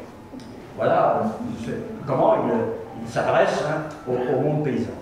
Il va insulter Janzé, Alors, il serait-il indiscret de demander où campaient les ancêtres de Jean, au temps de Valmy? Allez-y, en fait, que Jean Zay est issu d'une famille de juifs alsaciens. Et alors, quand arriveront les 1350 réfugiés espagnols qui ont couché sur la paille ici même, et au Moulin Saint-Paul, il réagit avec une violence inouïe. Quand une bête va crever, la vermine quitte ce qui ne sera bientôt plus qu'un cadavre encombrant. Je dépouillais la presse et je tombe sur cette formule. Bon. Et je dis au photographe du BBB, il faudra prendre un cliché. Prenez-le soit dans la République, soit dans l'éclair Comtois. Il prend le cliché, je relis, et puis je ne trouve pas la phrase. Simplement, le journal La République, qui était le journal de la famille du Boustier, avait, sans mettre des points de suspension, avait enlevé les passages les plus injurieux. Moi, je me disais, c'est cinglé tout le temps. Ben oui, c'est des choses qui se passaient de cette manière. Voilà, alors en ce qui concerne Dietrich, je me disais, on va le retrouver collabo au premier plan, pas du tout. Il était action française, ça veut dire qu'il était antisémite, anti-Bosch et anti-anglais. Et les Bosch ont fini par le coffrer, parce qu'il était caractérisé dans cette carte. Mais ce qui m'importe beaucoup, c'est le fait qu'il y a une responsabilité de gens de profession libérale ou d'intellectuels. Car Dietrich, en début de l'occupation, rencontre un membre de la communauté juive, M. Kressler, bien connu à Besançon, et c'est son fils, celui qui a fondé le festival, qui m'a raconté ce qui s'est passé. Le docteur Dietrich se dit « Oh, faut pas vous en faire, vous les juifs, on va vous trouver un territoire à Madagascar. » Vous savez, il y a des projets de ce genre. Regrouper les juifs à Madagascar ou en Ouganda. Puis là, ils cultiveront la terre, ça leur apprendra à cultiver la terre. Donc, il n'aurait pas fait de mal à une mouche. Mais les timbrés, les déséquilibrés, qu'il a fanatisés par ses pamphlets, ceux-là sont passés à l'acte. Et quand j'ai dépouillé les archives des miliciens qui étaient condamnés ici, après la libération, j'ai constaté que dans une très forte proportion, ils avaient un casier judiciaire très chargé avant 40. Et là, je ne peux pas m'empêcher de faire, comment dire, une excursion dans ce qui se passe aujourd'hui. Parce que je suis effaré par la montée de la violence, et je pense qu'il y a un lien entre la violence verbale et la violence physique. Je pense à l'abominable campagne de calomnie qui a frappé Salingro, dont tu as parlé. Qu'est-ce que disait l'Action française? Elle disait Salingro, sale, en gros et en détail. Je pense aux journaux de Gustave Hervé, qui avait été gauchiste, sujet tabou. Le nombre de gauchistes qui ont basculé du côté de l'extrême droite, il ne faut pas en parler. Il ne faut pas en parler, c'est un sujet tabou.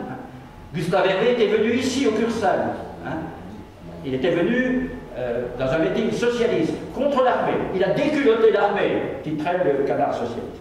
Et puis il a basculé du côté du chauvinisme.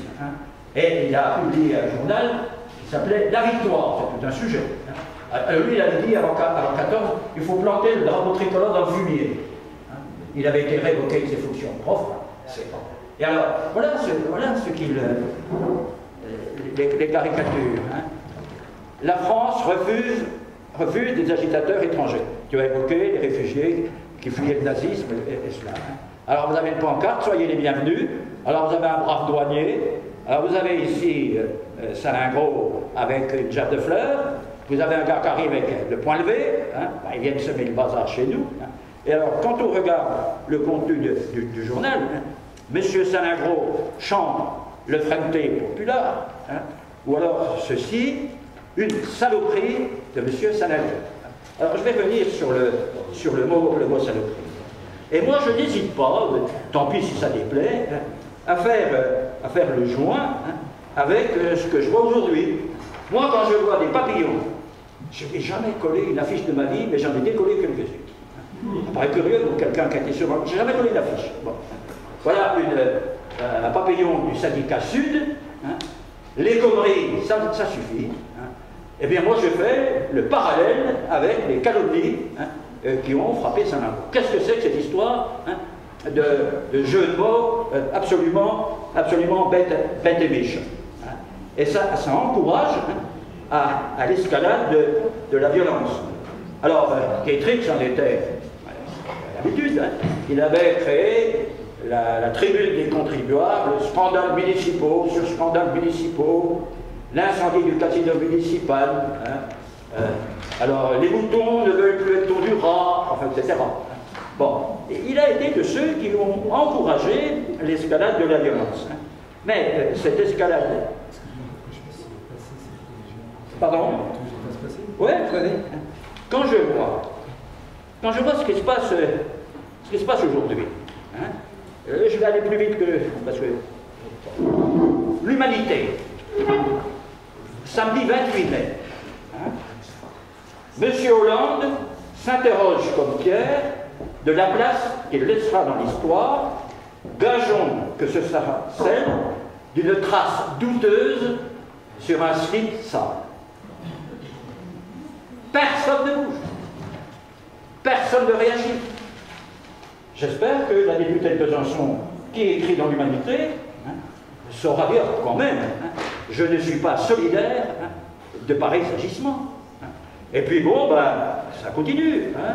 Là, je vois, c'est pas vieux, c'est du match ce matin. Je dis l'Humanité. On renseigne sur ce qui se passe quand même. Eh bien, je vois que le président de la République est traité, je regarde le terme exact qui est utilisé, histrion. Il n'en est plus à une souillure près. Enfin, qu'est-ce que c'est que cette escalade de la violence? S'il n'y avait pas eu de nombreux passages de l'extrême gauche à l'extrême droite, je serais peut-être un peu plus prudent. Bon, je sais que c'est un sujet tabou, mais on ne m'empêchera pas de m'en tenir au fait. Alors on me dira, après tout, c'est pas si grave, qu'au temps où Benjo était dans le collimateur. Je garde, reprenant les ignobles calomnies dans les poubelles de Goebbels. Benjo, qui a la haine d'un individu imbu d'hystérie anticommuniste, anti-soviétique. Vous savez pourquoi? Il a parlé des soi-disant camps de concentration au pays du socialisme. C'est quand il y a eu la fameuse affaire de David Rousset et la dénonciation du goulag, bien avant Solzhenitsyn, le fameux procès des lettres françaises en 1950. Alors moi je dis, halte à l'escalade, si je fais le lien, ça n'est pas d'une manière qui pourrait être artificielle. Et quand il est question des saloperies de Salingro, qui est-ce qui a dit il y a les dirigeants européens, 17 salopards, parmi lesquels il y a un Français, il a un nom, une adresse, il s'appelle Pierre Moscovici. Je suis désolé, c'est le bras droit de Mélenchon. Je suis désolé, mais aussi, chut, dans les médias, jamais on ne posera des questions là-dessus. Jamais. Bon, les médias parisiens sont d'une complaisance qui me paraît quand même quelque chose d'inquiétant. Voilà où on en est. Et il fut quand même un temps où il y avait des réactions par rapport à ça. J'évoquais l'affaire Salingro. À l'époque, il y a eu une réaction qui a fait beaucoup de bruit, parce qu'elle a concerné le monde catholique, dont la presse avait été au-dessous de tout. Je lis cette réaction. Si je retrouve la phrase exacte, ouais. Voilà, la phrase est exacte. La politique ne justifie pas tout. La calomnie et la médisance sont des fautes. On n'a pas le droit de se servir de tous les moyens pour arriver à ses fins. C'était le cardinal Guénard qui était archevêque qui a dit ça. Où est la loi aujourd'hui qui s'élève contre cette espèce d'escalade de la violence? L'humanité, c'est quand même le journal de Jaurès, que je sache. Bon, où sont ceux qui disent, il faut arrêter, les fameux fondeurs, qu'est-ce qu'ils disent là-dedans? Ceux qui sont allés au congrès du PC dimanche dernier. Ouais, quand même. Moi, je ne le reproche pas. Je ne reproche pas qu'on équipe dans l'Humanité, qui est un journal qui, par ailleurs, contient de très nombreuses chroniques très intéressantes quand on ne le pareil. Voilà. Et je voudrais simplement, pour terminer, rappeler ce que tu as dit, sur le fait qu'il reste des traces. Assemblée nationale, séance du 2 octobre 2002. Il ne faut pas oublier la responsabilité du Front populaire dans l'effondrement de la nation française elle-même. Vous savez qui c'est qui a dit ça? C'était le ministre du Travail de l'époque, Philippe. Et c'est pas le plus brutal. Et à ce moment-là, Hérault, qui était président du groupe socialiste, dit ben, enfin, je dénonce ce dérapage, et le journal officiel note rire, exclamation, sur plusieurs bancs du groupe de l'UMP. Hein? Voilà. Donc il reste toujours cette espèce de procès qui est fait au Front populaire. Hein? Voilà, je vous laisse le soin de méditer cette scène, hein, à l'heure où la droite et l'extrême droite ont gagné une bataille fondamentale, qui est la bataille culturelle et idéologique. Il suffit de voir le succès de ces mots. Ils ont gagné la bataille du vocabulaire. Il suffit de voir comment ils ont réussi à imposer le mot assistanat à la place du mot solidarité. Nous sommes en face d'une défaite qui est une défaite majeure. Et quand je vois comment on s'empaille aujourd'hui à gauche, alors qu'on est incapable de voir ce que sont les forces, toutes ces officines qui conditionnent l'opinion publique, tous ces gens qu'on voit par exemple à C'est dans l'air, qui est une émission respectable, il a Goguenard, Rigolard, où à chaque fois vous avez quelqu'un du Figaro Magazine, sans parler de Valeurs Actuelles, Valeurs Actuelles qui est passé de 80 000 abonnés à 120 000 en 4 ans, et qui est devenu un journal d'extrême droite. Quand on voit que dans ces éditions sont considérés comme experts des gens comme M. Villiers, de l'Institut supérieur du travail. Ah, je connais cette boutique, le fameux gaucher de l'Asie à Bossé. C'est des boutiques qui sont nées de la récupération des anciens collabos de DA par certaines franges du patronat après la libération. Et quand on voit la place que tient, c'est des gens, alors, ils ont réussi maintenant, ils ont le statut d'experts. C'est-à-dire qu'ils sont, on ne peut pas les contester. Vous voyez qui est Madame Agnès Verdier-Mounier, là, on le voit partout. Elle incarne l'IFRA. L'IFRA, c'est aussi une de ces mêmes boutiques qui sont issues de la récupération c'est pas la même génération, mais elle en a formé l'autre. Elle a formé l'autre. Là-dessus, je pourrais faire un topo qui durerait 2 heures. Voilà un certain nombre de choses que j'avais à dire, au risque de déranger. Et j'ajoute simplement un mot pour compléter ce que tu as dit sur Blum. Ça revient. Il a trahi l'humanité du 29 janvier 2013. En 1936, un certain Premier ministre socialiste a fait le choix de la non-intervention, livrant ainsi la République aux franquistes factieux. Un hebdomadaire de qualité, La Vie, publié une page entière il y a un mois, été 36, la France abandonna l'Espagne. À l'été 36, le gouvernement français, trop timoré, abandonna l'Espagne. Un abandon impardonnable. Tout ça à partir d'un navet qui a été publié au printemps.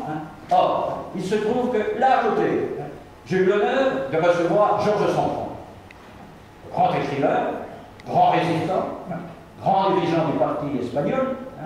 Et Georges Sempron m'a dit, mais Blum ne pouvait pas faire autrement. Je pourrais, si la question me serait posée, dire les arguments qu'il m'a donnés. Donc, la campagne en vertu de laquelle le Front populaire a trahi, c'est pas simplement une campagne de la droite, on a affaire maintenant à une campagne de la gauche qui met Léon Blum en cause.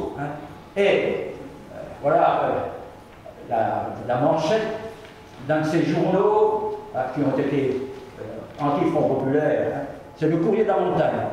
C'était l'hebdo de Pontarlier. Je distingue, c'est le numéro du 27 juillet 36, je distingue le Front populaire et la France. Ce sont deux choses totalement différentes. Le Front populaire n'est pas la France. Vous savez qui c'est qui avait dit ça? Franco. Voilà ce que c'était que le climat. Alors quand nos gauchistes disent « Oh, Léon Blum, il a trahi, etc. » Mais ils sont vraiment dans le hors-sol. Ils ne disent pas ce que sont les réalités de terrain. Et une des raisons pour lesquelles Blum n'est pas intervenu, c'est non seulement les radicaux étaient réticents, mais vous avez une extrême gauche qui était ultra pacifiste et qui ne voulait surtout pas qu'on livre des armes. c'est quand même, hein, voilà, j'ai là un document sous la main, je suis l'unique détenteur de ce document. Hein. C'est la profession de foi aux élections au syndicat des instituteurs.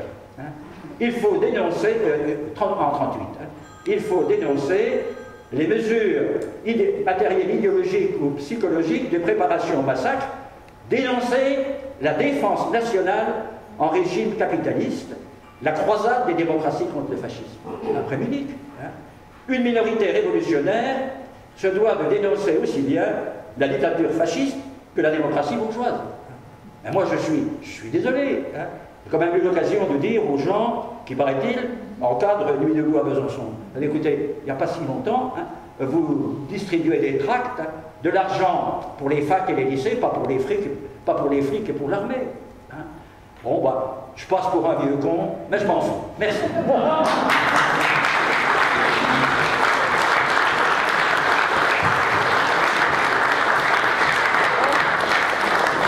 vous propose de proposer quelques questions ou quelques analyses, mais très rapidement, donc, pour chaque intervention, si vous voulez intervenir, puisque Joseph a lancé le débat ce soir, donc à vous la parole.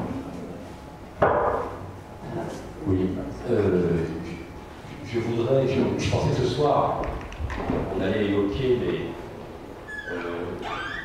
sinon le bilan du Front populaire, en tout cas le mettre en résonance avec la situation actuelle de notre pays.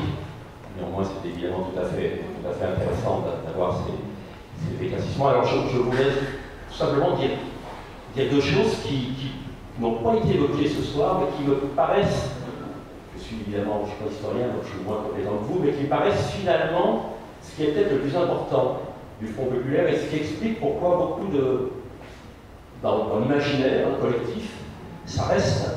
Je crois que c'était Simone Veil qui avait la formule, elle parlait de grève de joie. C'est-à-dire cette idée, Julien qui en a parlé, quelque chose qui fait partie finalement de notre histoire commune et quelque chose dans l'histoire sociale qui est un moment de bonheur.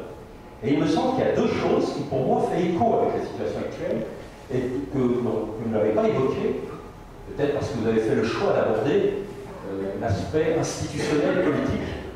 La première, c'est la notion d'unité. Je rappelle, mais je ne veux pas parler trop longtemps, mais de façon, je crois, un peu quand même contestée sur le plan historique, l'unité n'est pas venue par en haut.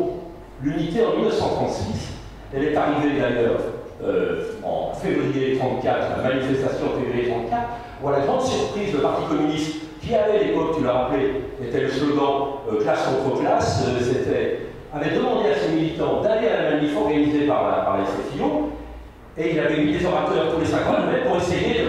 Et il s'est passé un phénomène incroyable. Ce sont des gens ordinaires, la plupart n'étant pas syndiqués, qui ont crié, militants communistes, hein, unité, unité. Très largement, je ne peux pas le développer, l'ensemble des appareils politiques étaient tout à fait opposés, ils se haïssaient. Joseph en a parlé, tu en as parlé, et j'ai évoqué même pas les radicaux, c'est encore pire, la SFIO exécrait les partis radicaux.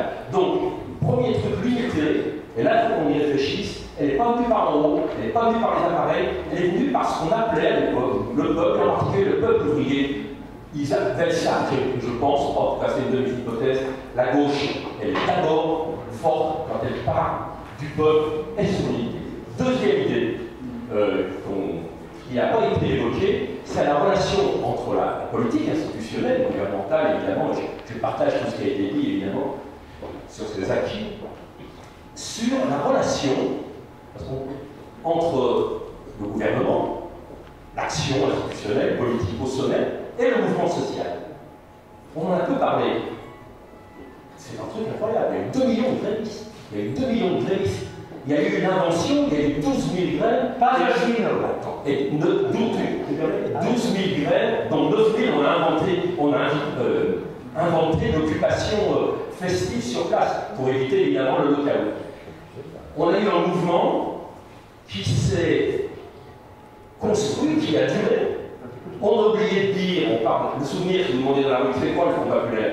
C'est les congés payés, tu l'as rappelé, les congés payés ne faisaient pas partie du programme. Le programme du Front populaire est un programme extrêmement modéré, c'est le programme du Parti radical.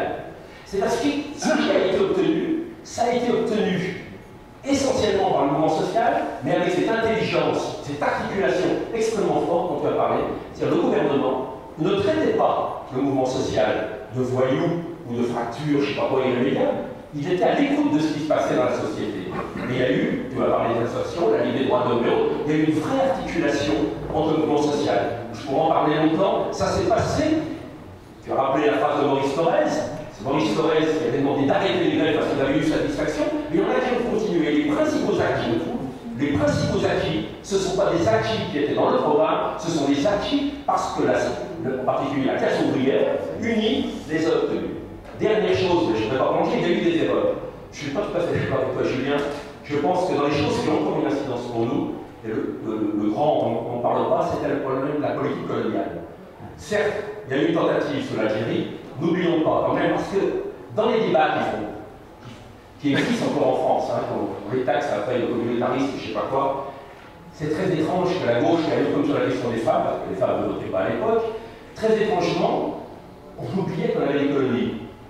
Le petit jeu qui consiste à sortir des citations, je pourrais vous sortir des citations de ce que disait la gauche sur les colonies, de ce que disait Léon Blum sur l'Algérie. Je rappelle qu'en 1936, l'étoile nord-africaine, premier mouvement d'indépendance ou d'autonomie algérienne, interdit, le décret régnier interdit mouvement anti.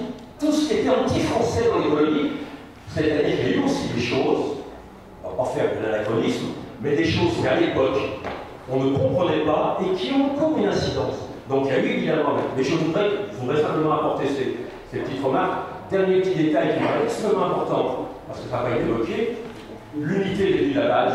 Je ne suis pas sûr, on dit que c'est Staline. Après, il y a eu un changement. Il y a eu le changement stratégique à la 3e internationale.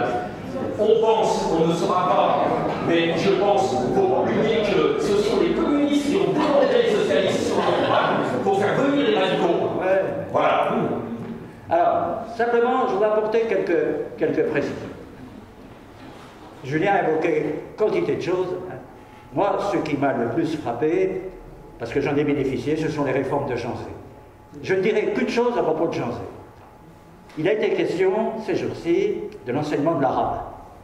Une députée du Haut-Doubs, qui est une femme qui a un très bon niveau, je pense qu'elle sera ministre de la Culture quand il y aura l'alternance, a dit des choses qui auraient mérité d'être analysées. Rien de la part des syndicats d'enseignants. Rien. C'est Janzé qui a fait créer les 2 premiers postes d'arabe dans des lycées en métropole. Un à Marseille, un à Paris. Et par rapport à ce qui s'est passé dans le monde colonial, j'ai reçu ce matin, et ça a été pour moi très émouvant, parce que moi je suis désespéré, j'en peux pas vous le dire, quand je vois cette espèce d'escalade de la violence, cette chienlit. J'ai reçu ce matin une carte de la nièce de Malraux. Malraux était député, était fils de mineur, école normale d'instituteur, député du Tarn, vote contre les pleins pouvoirs à Pétain, rentre chez lui, est révoqué de ses fonctions de maire. Ses camarades socialistes l'abandonnent parce que c'était des pacifistes intégraux. C'était ceux d'extrême gauche qui avaient suivi l'idéa. Sa fille dit « le téléphone ne sonnait plus ». Quand on a été élu et qu'on ne l'est plus, on sait ce que ça veut dire. Or voilà qu'un jour arrive devant la maison de Malraux, qui était totalement isolée, un bel équipage, et en descend le marquis Charles d'Aragon, un vieil aristocrate. Alors, démocrate chrétien, antifasciste, anti-nazi, et qui vient ostensiblement saluer l'instituteur. Ça a de la gueule. Et j'ai eu l'occasion d'évoquer ça incidemment dans un topo que j'avais fait. C'est quelqu'un qui l'a sorti, dit « Ah, mais moi, ma fille, comme belle-sœur, est une descendante de Malraux. » Et c'est ce matin que j'ai reçu un mot de là-bas, on parle de... Et le marquis Charles d'Aragon avait aussi appris qu'un instituteur avait été révoqué parce qu'il était franc-maçon. Va voir l'instituteur, il dit « Oh, franc-maçon, je l'étais si peu. » Alors le pauvre marquis en est sorti tout dépité. Donc, alors, Malraux est allé en mission en Algérie. Mais ce qu'a été vraiment l'obstination, l'aveuglement des Européens d'Algérie, c'est terrible. Marc Ferron vient de sortir un livre remarquable sur l'aveuglement. Notamment l'aveuglement de cette gauche de la gauche qui est toujours dans le déni de réalité. Et Marc Ferron raconte, il a été prof de lycée, sa femme aussi en Algérie. Et il raconte un dialogue qu'il a avec un dirigeant communiste.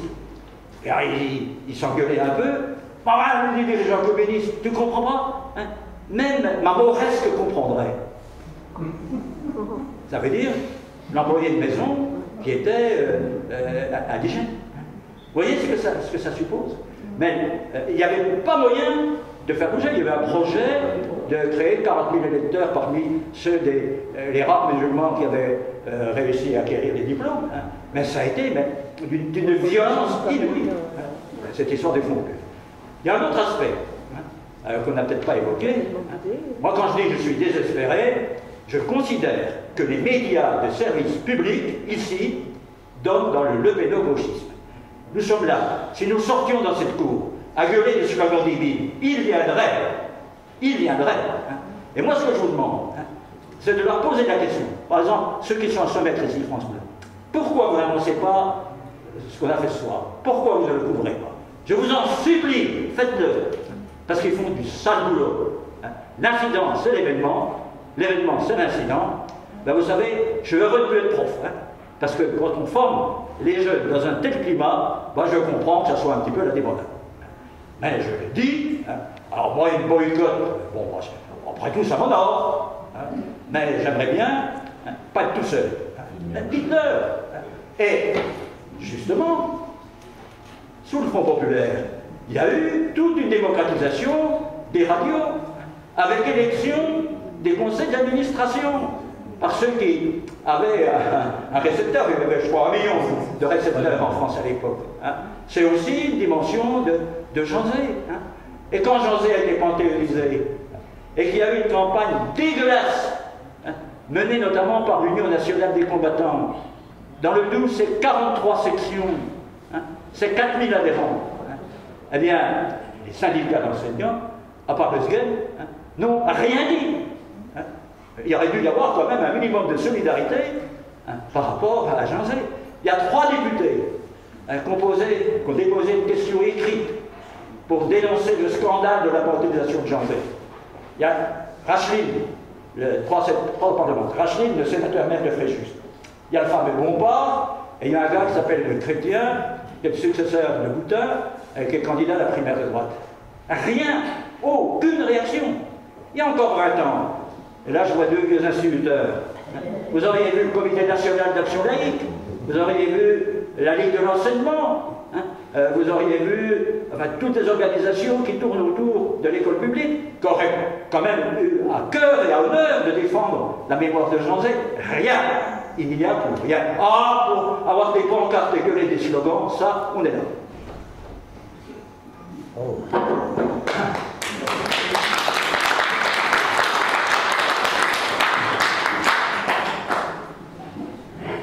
C'est jamais très facile, hein, Joseph. J'ai des demandes de précision par rapport à ce qui a été dit par Julien et Joseph.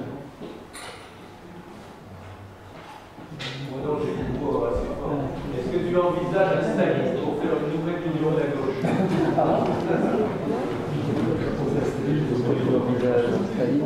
que vous avez entendu est-ce que tu envisages comme Staline pour remplacer? Ah ben Poutine, lui, il préfère l'union avec l'extrême droite. Hein. Staline, D'accord. Mais simplement, si vous permettez, pour conclure, c'est à 2 jours près l'anniversaire de l'investiture de Lyon. Tu l'as dit, le jour où il est investi, un député d'extrême droite dit « Ce vieux pays gallo-romain, pour la première fois, sera dirigé par un juif. » Entre parenthèses, ce député-là, par la suite, il sera le premier commissaire des affaires juives. Et à ce moment-là, hein, Édouard Herriot, qui préside, dit, j'ai là la page du journal officiel, « Monsieur, dans ce pays, je ne connais ni juifs, ni catholiques, ni protestants, je ne connais que les Français. » J'avais proposé, quand j'ai édité mon livre sur l'histoire de l'antisémitisme en Franche-Comté, que j'ai publié depuis longtemps, j'avais proposé que cette page-là fasse partie de la formation des maîtres. Pensez-vous, dans les UFM, on a préféré ceux qui jargonnaient le Bourdieu, hein, plutôt que d'analyser les réalités de base. Et puis, je prépare un livre sur laïcité et fraternité. Je relis l'analyse que j'avais faite de cette séance. Mon livre avait été édité en 1997. Et aujourd'hui, mais aujourd'hui seulement, un fait me frappe. Édouard Herriot dit, ni catholique, ni protestant, ni juif, il ne dit pas ni musulman. Et ce n'est pas une censure. Ils étaient invisibles. Et cependant, ils étaient, eh bien, combien étaient déjà en métropole, je ne sais pas. Et puis il y avait quand même, ils étaient 5 millions, je crois, en Algérie. Ils étaient 3 départements français. Ils n'étaient pas citoyens. Et alors, par rapport à ça, le boulot modeste qu'on a pu faire ici, moi je ne suis pas ceux qui pensent que la montée du terrorisme est liée d'abord et avant tout aux conditions économiques et sociales, mais il y a quand même, et ça Marc Fesneau insiste beaucoup là-dessus, le traumatisme post-colonial. Qu'est-ce que nous avons fait ici? Oh, c'est modeste, je vois Colette Isabelle qui y a travaillé. On a sorti une plaquette sur l'histoire des Nord-Africains Besançon. J'ai vu des vieux de la vieille qui ont pleuré. On leur a rendu leur dignité. Bon, c'est pas quelque chose d'extraordinaire. Mais enfin, c'est quand même quelque chose qui est positif. Quand le gars qui parle du slip sale est venu là, Mordilla, reportage coqueluche des médias, paraît-il spécialiste d'origine du christianisme, mon œil, quand même, il y a des gens qui ont bossé plus longtemps que lui. Quand il est venu ici au forum, je lui ai fait passer cette plaquette. Je lui ai fait passer la plaquette qu'on a fait sur Janzé, et j'ai fait passer par lettre. Et en lui posant la question, est-ce que vous considérez que ce travail que fait la ville de Besançon relève de la trahison? Moi, j'en avais répondu. Voilà ce petit monde des médias parisiens. Mais je prépare un livre qui sortira à l'automne sur laïcité et fraternité, et je reviendrai sur ce qui s'est passé. Chaque année, je fais un topo au cours du jubilaire que la ville reçoit ici, et je leur raconte ce qui s'est passé il y a 50 ans. J'ai donc dépouillé l'année 1965. Je tombe sur un drame, un incendie dans une annexe de la faïencerie à Casanès. Des travailleurs immigrés logés dans des combles, 3 morts, 2 femmes espagnoles et une petite gamine algérienne de 5 ans. Comment organiser des obsèques? C'est l'abbé Chaïs qui, sans prosélytisme, s'occupait de faire respecter les rites. Et il y a une photo dans le journal où on le voit, et on voit un ouvrier de la Rodia qui traduit ses propos en arabe. Je prends note de tout ça, c'est à la bibliothèque municipale, je sors, je tombe sur une femme toute voilée, pas de burqa, toute voilée de moi dont on voyait le visage. Je n'arrive pas à comprendre, je n'ai pas encore compris, comment on est sorti de cette situation en 1965. Il n'y avait aucune revendication du culte musulman, aucune organisation, et ce qu'on voit aujourd'hui. Je ne vais quand même pas dire à ces dames que je respecte. Chaque fois qu'il y a une de plus, Marine Le Pen engrange 10 fois plus. On en est là, Mais là, je suis dépassé. Enfin, à d'autres, la jeune génération doit regarder ça plus près. J'arrive au bout. Voilà. On n'a jamais pu faire voter. Mais n'oubliez pas de dire aux gens d'à côté que quand même ils peuvent annoncer. Enfin, si jamais un petit groupe bloque le péage, pas fiable alors que je dis tout jadis, je ne suis pas pour les sociétés d'autoroute. Enfin, là, ils bougeront. Bon, vers 50 mètres, ça les a ouverts. Allez. Merci beaucoup, et à très bientôt.